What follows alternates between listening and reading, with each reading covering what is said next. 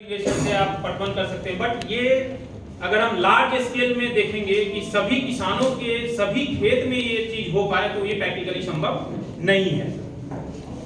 हम अक्सर बोलते थे किसानों को कि नाला पटवन, किसान जो पटवन करते हैं वो क्या करते हैं कि एक बार मोटर चला दिए तो जब तक पानी यहाँ तक नहीं भर जाए खेत में तब तक वो मोटर बंद नहीं करते।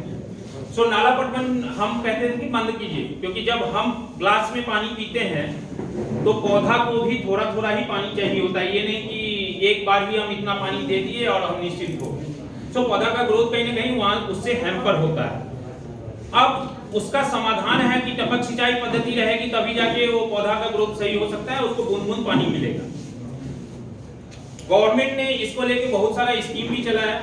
लास्ट 15 ईयर से मैं देख रहा हूं कि जितने भी गांव हैं आप चले जाइए, इक्का दुक्का किसान होंगे जिनके खेत में टपक सिंचाई पद्धति लगा हुआ, और उस किसान के भी 1 से 2 खेत में ही टपक सिंचाई पद्धति लगा हुआ। गेम के लिए रेडी हो जाए माय लेवल।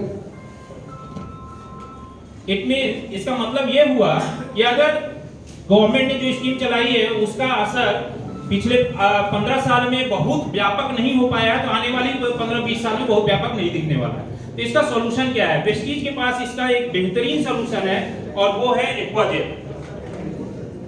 एक्वाजेल क्या करता है? ये 1 केजी एक्वाजेल 500 लीटर पानी को पकड़ के रखता है, और सिर्फ पानी को ही पकड़ के नहीं रखता है।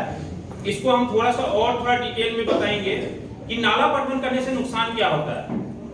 जब नाला पटवन करते हैं तो पानी 2 तरह से जाता है, एक इस तरह से जाएगा, अगर ऐसे गया तो जितना भी ऊपरी मिट्टी है जो कि उपजाऊ मिट्टी कहलाती है, वो ऊपरी मिट्टी मेड़ के किनारे किनारे जाके जम जाएगा, और नहीं तो फिर दूसरे के खेत में चला गया। तो आपका जो उपजाऊ मिट्टी है वो कहाँ गया?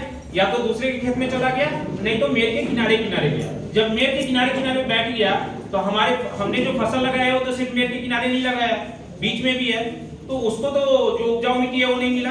पहला नुकसान ये हुआ नाला पटवन का।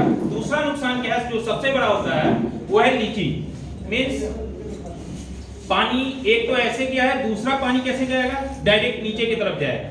जब डायरेक्ट नीचे की तरफ जाता है तो जो खाद आपने दिया था, पौधा लगाने से पहले आपने जो खाद डाला था, उस खाद का 40 से 50% खाद जो है वो पानी के साथ बह के जमीन के काफी नीचे चला जाता है, जिसको कि जड़ खींच नहीं पाता है।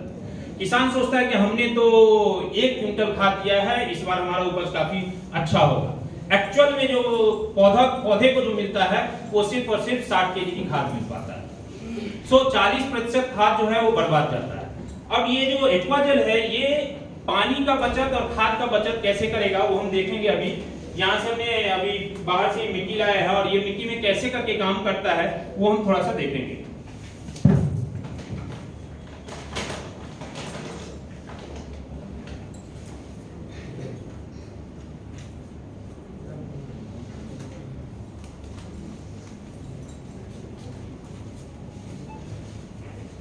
जैसे कि यहाँ हमें पौधा लगाना है, इस मिट्टी में हमने क्या किया है कि एक्वाजेल थोड़ा सा डाल दिया है। अब हम इसमें नाला पटवन करेंगे। इस मिट्टी में हमने एक्वाजेल नहीं डाला है।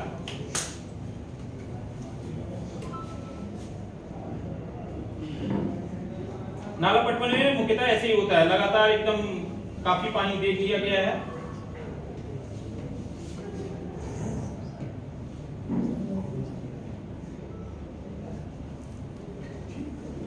तो अगर कोई किसान है या एग्रीकल्चर ट्रेनर है आके देख सकते हैं, ऊपरी मिट्टी ऊपर आ चुका है, मिट्टी के ऊपर जो उपजाऊ मिट्टी कहलाता है। जिसमें आपने एक्वाजेल डाला था, आप देख सकते हैं ये पानी खींचना शुरू कर दिया है, और ये मिट्टी नीचे ही है, ये ऊपर भरते जा रहा है।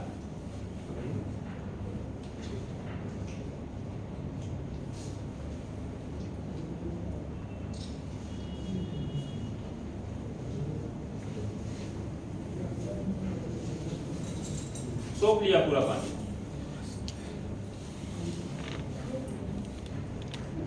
लीजिए, इसको अगर आप पलट भी दे रहे हैं तो इसमें एक बूंद भी पानी नहीं गिर रहा है, और इसको अगर पलट दे तो समझिए क्या होगा। ठीक है।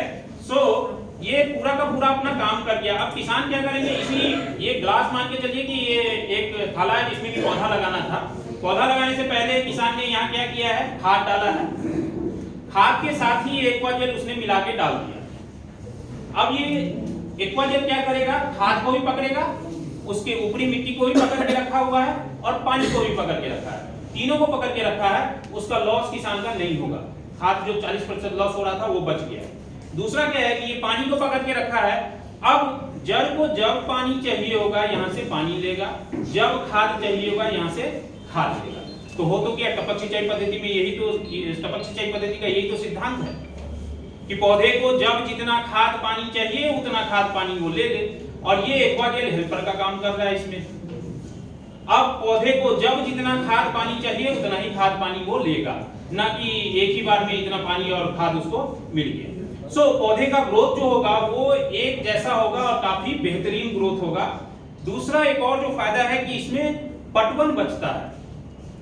एक फसल में से कि 7 से 8 पटवन अगर किसान को लग रहा है और एक्वाजेल का अगर यूज कर रहे हैं तो 4 से 5 पटवन में ही उनका खेती हो जाएगा।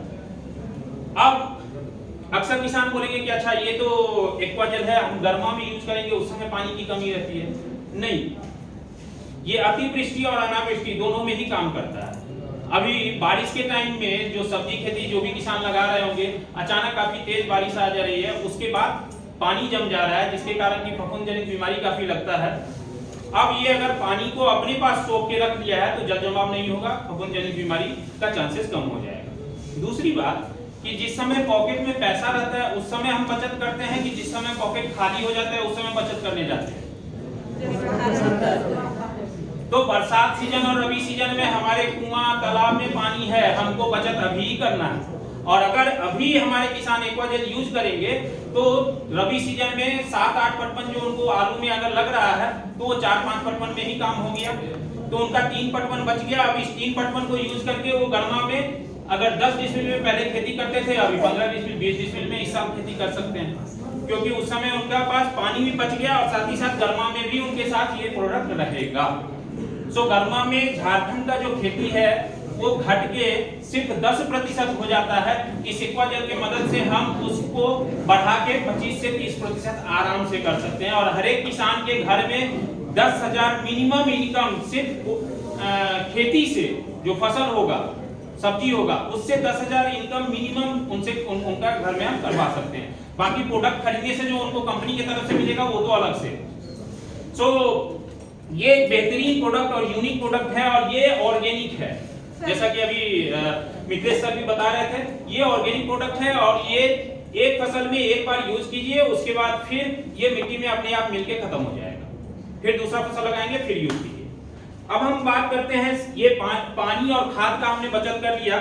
अब सबसे बड़ा समस्या जो किसान का आता है वो आता है दवा का। सबसे अधिक खर्चा अगर किसान का जाता है तो दवा में जाता है। हमारा अगर हाथ यहाँ पे कट जाए तो हमारे पास 3-4 ऑप्शन है।